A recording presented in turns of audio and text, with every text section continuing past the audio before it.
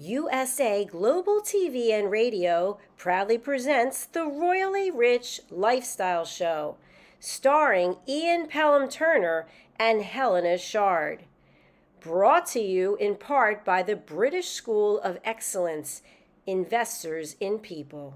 This program is brought to you in part by the British School of Excellence and founder, Mr. Philip Sykes, building confidence, changing lives. Do you share our view that etiquette is a set of modern life skills that are essential for personal and professional success?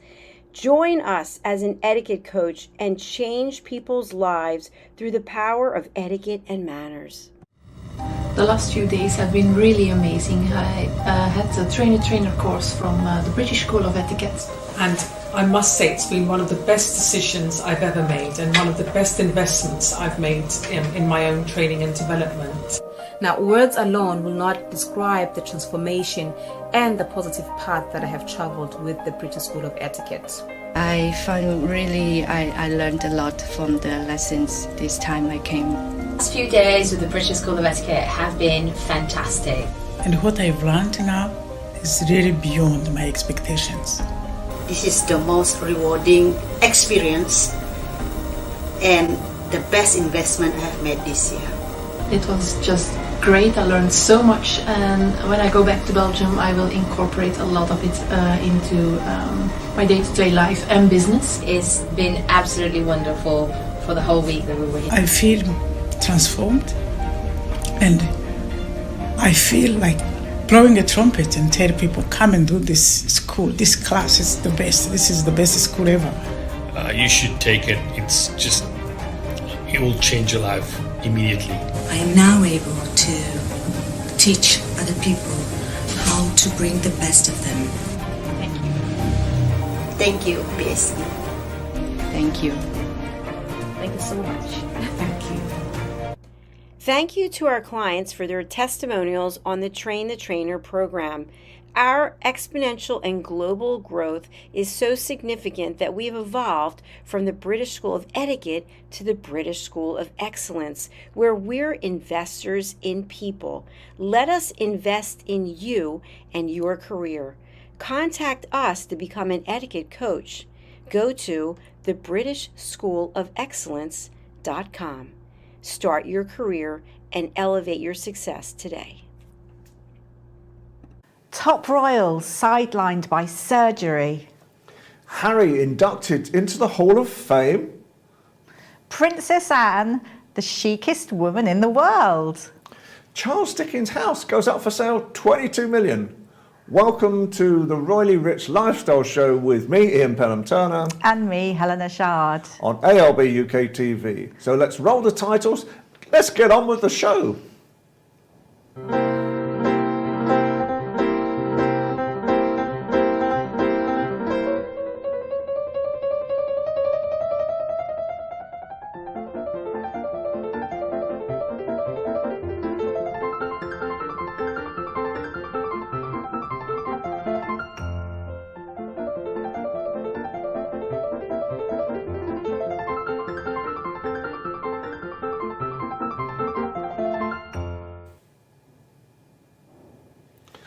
It's a good job I put batteries into my heart pacemaker if I had one. My goodness me, 2 royals go down in the space of a couple of hours yesterday.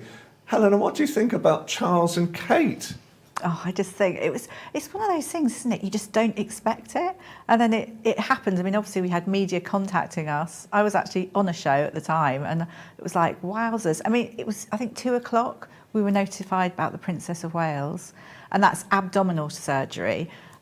So we're all sort of thinking, oh my goodness. And obviously the time out, she's got to take out 10 to 14 days in hospital, bed rest. And then she's going to be, I think, on bed rest. Prince William taking time out of all of the things that are coming up as well. So it's obviously quite serious, and they're probably not going to, she's not going to be doing anything until after Easter. Yeah.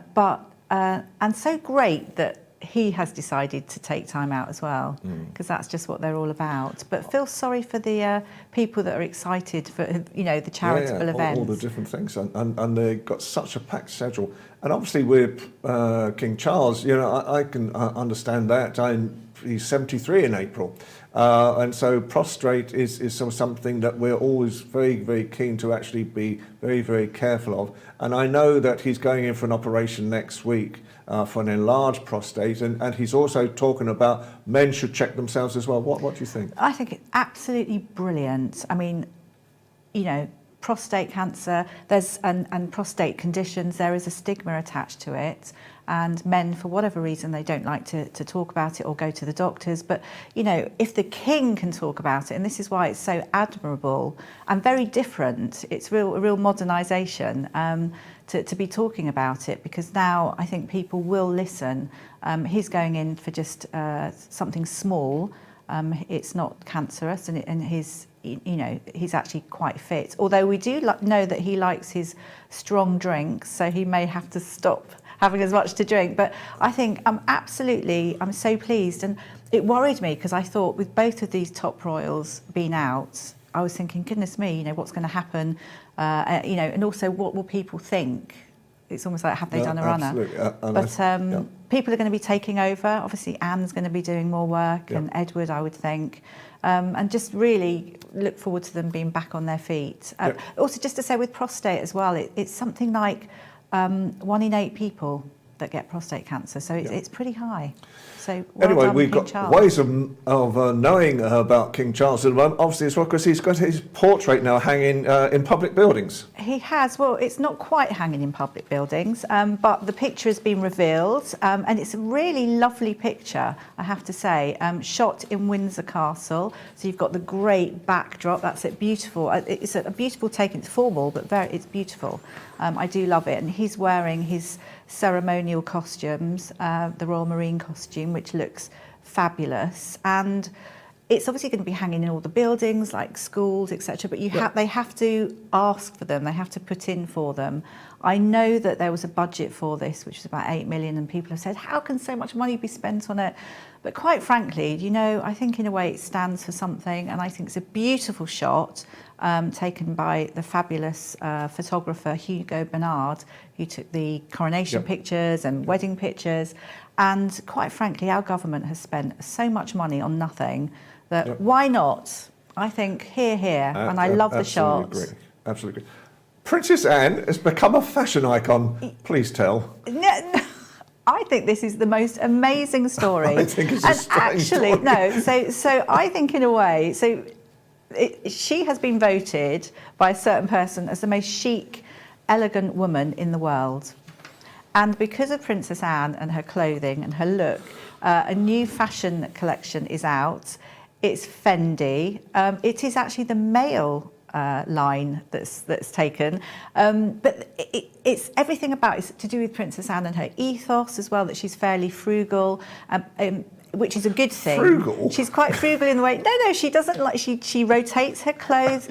She's no fast fashion. She's had the same clothes and everything that she wears very elegantly and has done for years and years. Okay. And I just think it's fabulous. So it's the 2024 Italian. It's Silvia Venturini Fendi. She is 63, right. and she is hailing her an absolute inspiration. And do you know what it was? It was the coronation, her in her costume with the plume and everything. Excellent. And she said that was it. She actually fell in love with her.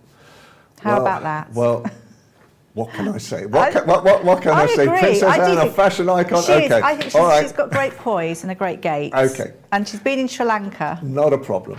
Okay. So, moving on, because Charles Dickens' house is up for sale in Regent's Park in London for 22.5 million. So this is quite an amazing story in its own right as well. It is. I mean, if you walk through and you see these huge, great big white buildings, and you sort of wonder, does anyone actually live in them?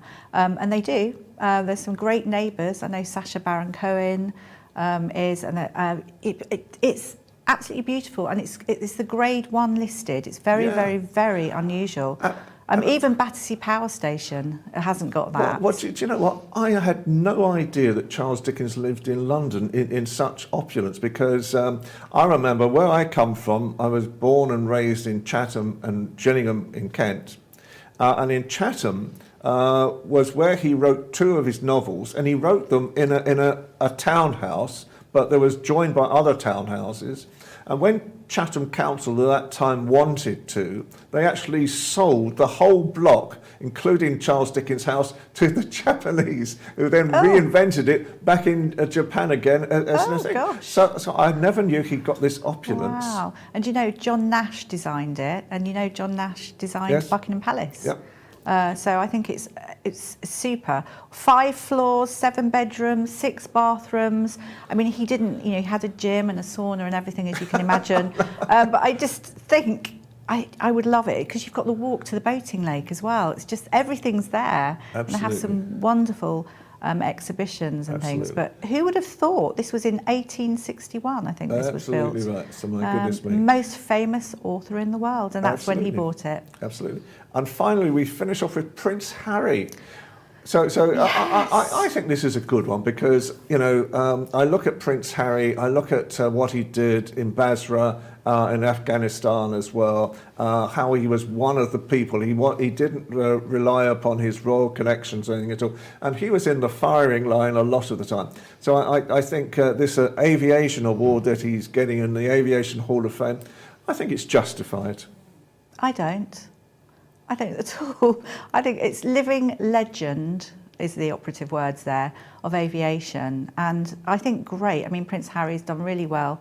Obviously commendable what he did, fighting for country in the British Army, but to get that kind of, I think the problem is the name of the award. He fought in Afghanistan, great. Not to remember he was a gunner, so he was number 2 in the plane. So the actual pilot was the person driving it as well. I think it's great, but there's a little bit of one-upmanship and various things going on. But it's lovely to receive an award. Absolutely. Tim right. Peake. I vote for Tim Peake. Okay. Pilot as well as astronaut. Well, as always, I let you have the final say on this. Now we have to move on, so we're just going to take a short break, and then we're going to bring Angie Beasley on, who is one of the most biggest people in beauty pageants, including Miss England.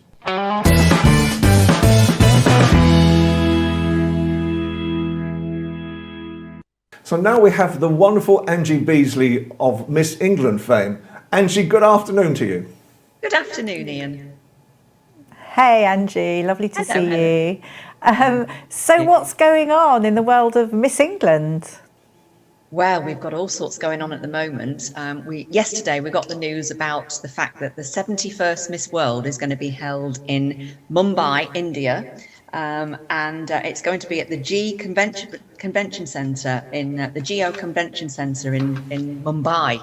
So what we're doing now is we're getting our current Miss England ready so that she can go and represent England at Miss World, and it's the 71st competition.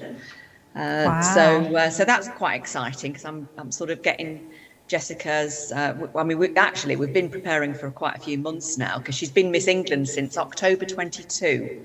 So Jessica Gagan is actually an aerospace engineer, and her Beauty with a Purpose project, because all the girls have to have a Beauty with a Purpose project, is promoting women in STEM. You know, that's what she's been doing. She's been going around to schools and colleges and promoting STEM careers to women because it's very male dominated.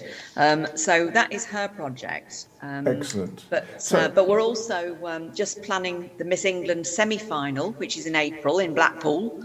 And I'm also planning the Miss England national final, which is going to be in May, the 16th and 17th of May. At the Grand Station, Wolverhampton. So yeah, we've got all sorts going on, got lots to do, and at the moment I'm dealing with about 70 contestants all over the country. Most of it is on Zoom, to be honest. We've gone very virtual. Miss England has an app now, which is free to download. So we're doing a lot of things virtually. Everything's changed since obviously the pandemic, the same as a lot of businesses have changed. So yeah, we've been very busy and continue to be over the next few months, to be honest. Excellent. I know you work with Fab UK Media, your media partner as well, so you're always trying to promote the values of your contestants as well. What type of values do you seek in a girl that could ultimately become Miss England? Well, we look for somebody that's quite passionate about what they do or want to promote, because we like the girls to use the Miss England title as a platform to promote good in this world, because let's face it, there's not much good news around at the moment. You know, we want the girls to be committed to what they're doing. I mean, despite what people think, beauty queens don't get paid a lot of money. Most of it's charity work. So, you know, they spend their time helping different charities. I mean, Miss England went to India this time last year. I went with her, and we visited lots of humanitarian projects all across the world, all across India. You know, so she doesn't get paid for things like that because it's a charity project. So, you know, they've got to be committed. So they've certainly got to be charitable. It's not a get-rich-quick scheme like some people think it is. So, you know, it's not just about looking good. I mean, the current winner is a model. She's with an agency in Manchester. And like I say, she's promoting women in STEM. But they've got to be somebody like a good role model to look up to. That's what we look, because I think there's a lot of people out there that want to see good role models, you know, that natural beauties. I mean, we've got a makeup-free round in the competition. We've also got a sports round. We've got an ethical fashion round where the girls create an outfit from recycled materials. Wow. You know, there's lots. It's changed a lot over the years. It's not just about Angie, can I just ask, how has it changed over the years? How's Miss England changed over the years from all those years ago? To be honest, I was in it in the 80s, so I'm sort of talking firsthand because I was in Miss England and Miss UK, which was run by the Miss World competition. And when I used to enter the competitions, it was a case of just turning up with a swimsuit and looking pretty on the catwalk. And I think really that's where it got a bad name, you know, because that's all people saw the girls doing, you know, a lot of the time. But now it's not a bathing beauty contest. There's all these different rounds in the competition. We're promoting natural beauty on social media. We're promoting beauty with a purpose, which is the Miss World ethos, and you know, it's actually a charity which helps different causes. I mean, since I've been running Miss England since 2002, we've helped different projects all across England. You know, we've paid for schools, minibuses for disadvantaged and disabled children. We've paid for a holiday home in Torquay. We've done loads of different things all over the country with funds raised by Miss England contestants. So it's, you know, it's good to be part of an organisation like this, because I'm saying it's an organisation, it's just me. I've got a couple of little helpers that help me with the admin side, but we meet some amazing women, you know, Excellent. that have got good value. Just very briefly, because we're short of time today, Angie, how can people get in contact with you? Well, if you just Google Miss England, we should come up, but it's the Miss England website if anybody's interested out there in entering. It's missengland.info. We've also got an app. The Miss England app is free to download, and people can communicate with us through that. So, you know, there's lots of ways, you know, that people can get involved and maybe help the girls with their charitable projects, because there's some good ones out there. Angie, thank you so much for your time. I know we're going to be working a lot more with you, and we wish you the best of luck this year. And we look forward to actually having some of the contestants on the shows as well, and really give you the value that I think you deserve with this competition. Thank you so much for coming on. Thank you, Angie. Thank you for inviting me.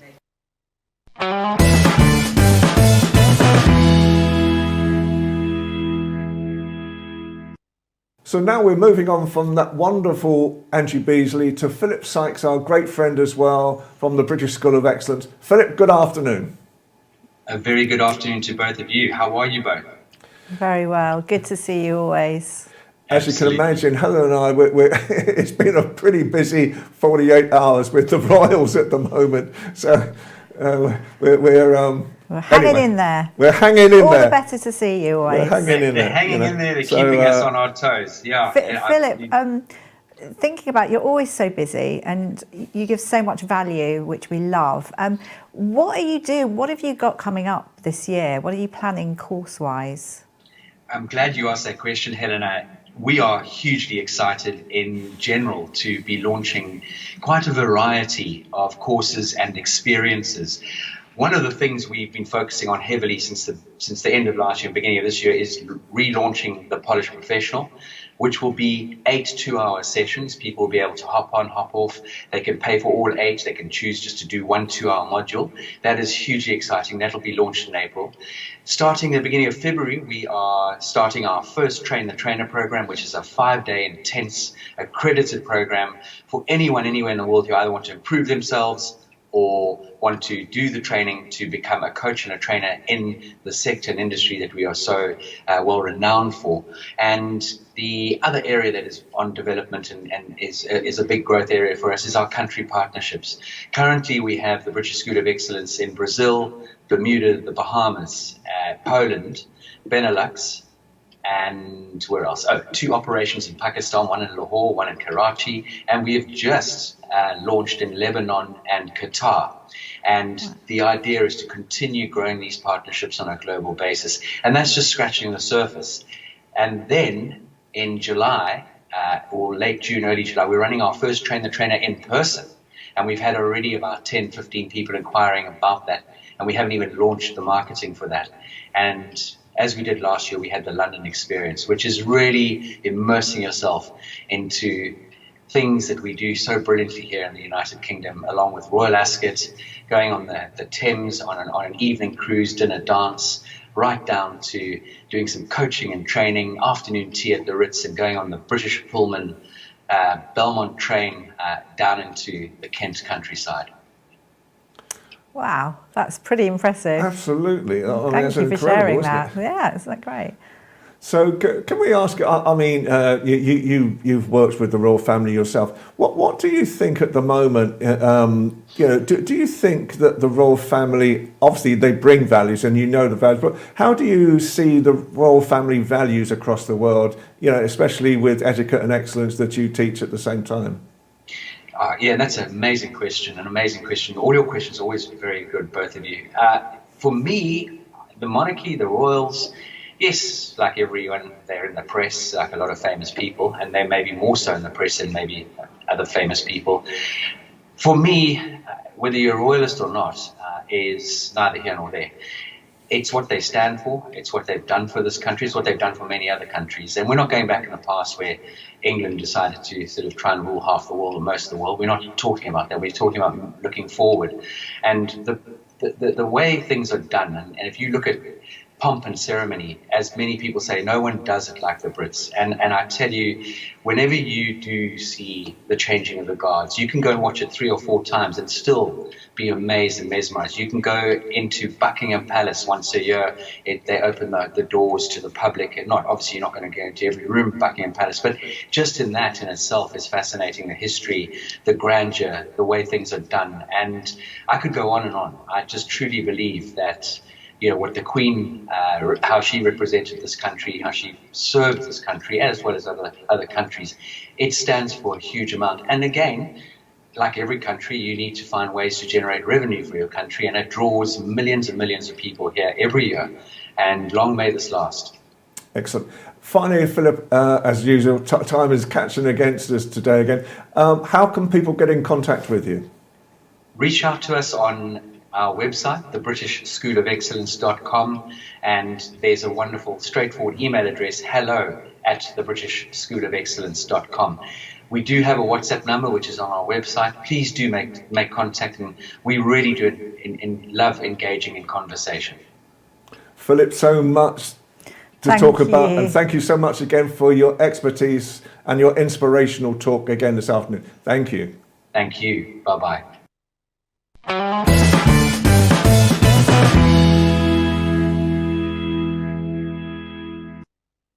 And wasn't that great with Philip? Yet again, such a gentleman, such an opportunity to talk to someone like that, and he always gives such great advice as well. And now we have the wonderful award-winning makeup artist, Jacalyn Fados. Welcome. Thank you so much, Ian, and thank you, So Helena. good to see you. Yeah, good afternoon. May I say you look stunning in that lovely mermaid sparkling dress. Thank you. So, Jacalyn, I know you're an award-winning makeup artist. Just tell us, why did you get into makeup in the first place? Actually, from my childhood, I'm quite interested to being a makeup artist. And the quite interesting thing is, you know, my cousins are wedding. A few of my cousins, they are already grandmother at the moment. So I done their wedding makeup. So from my childhood, makeup, it's my passion. But I done my MBA, Business Administration and Human Resource Management. But to be honest, makeup is my passion. I like it. Like, it's in my blood, to be honest. I just love makeup. So lovely. Yeah.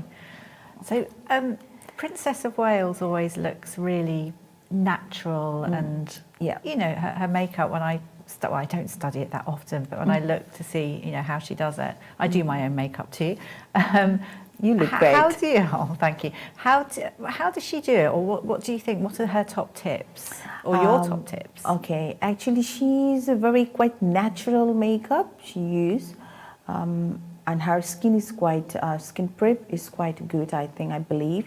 She uses a very good skincare products like proper toning, moisturizing serum. And definitely she uses a dewy look, very natural foundation. It's light coverage, not too much heavy coverage. And she doesn't use, I think, that much contouring, a little bit bronze and a little bit of mascara. And she used very nice brownish brown kohl kajal, and I seen she smudged this kajal most of the time, and a quite natural lipstick, some nude, mauve nude, this kind sort of color she used. Thank you. Do you find that she changes her makeup, you know, compared to with what she's wearing? Does that influence her at times, do you think? Yeah, I think so. Yeah, of course, I do believe.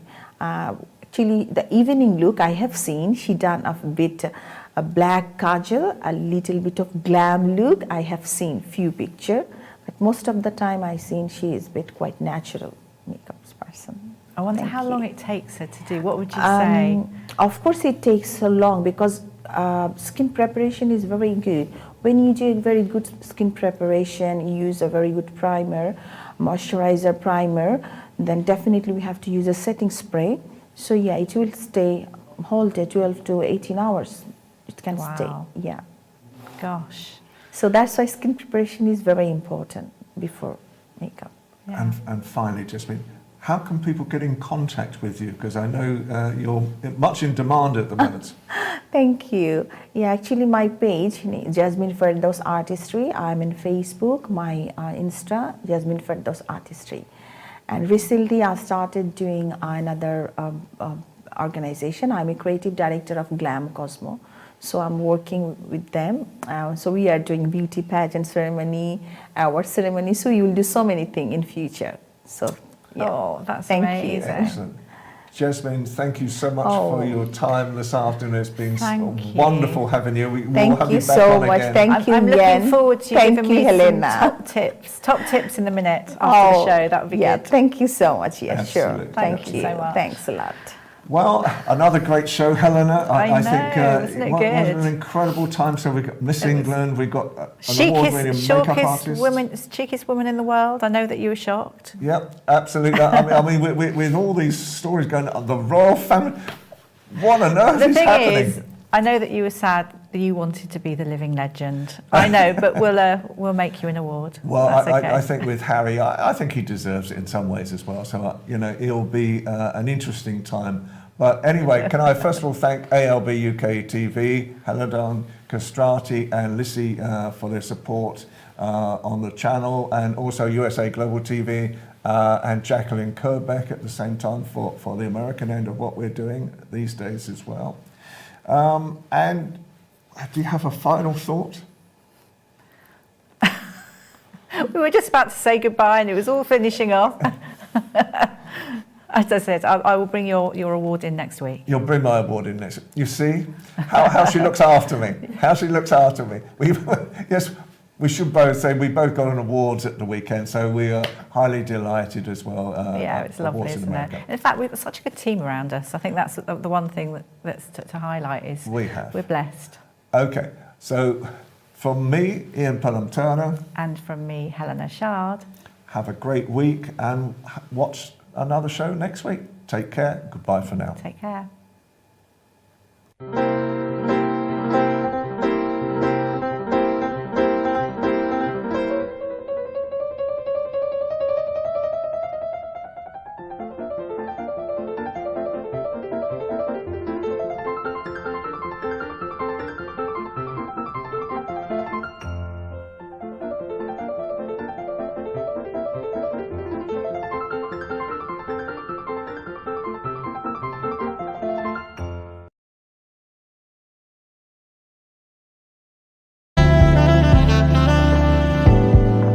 Welcome to USA Global TV and Radio, where our mission is to provide education, entertainment, hope, and inspiration.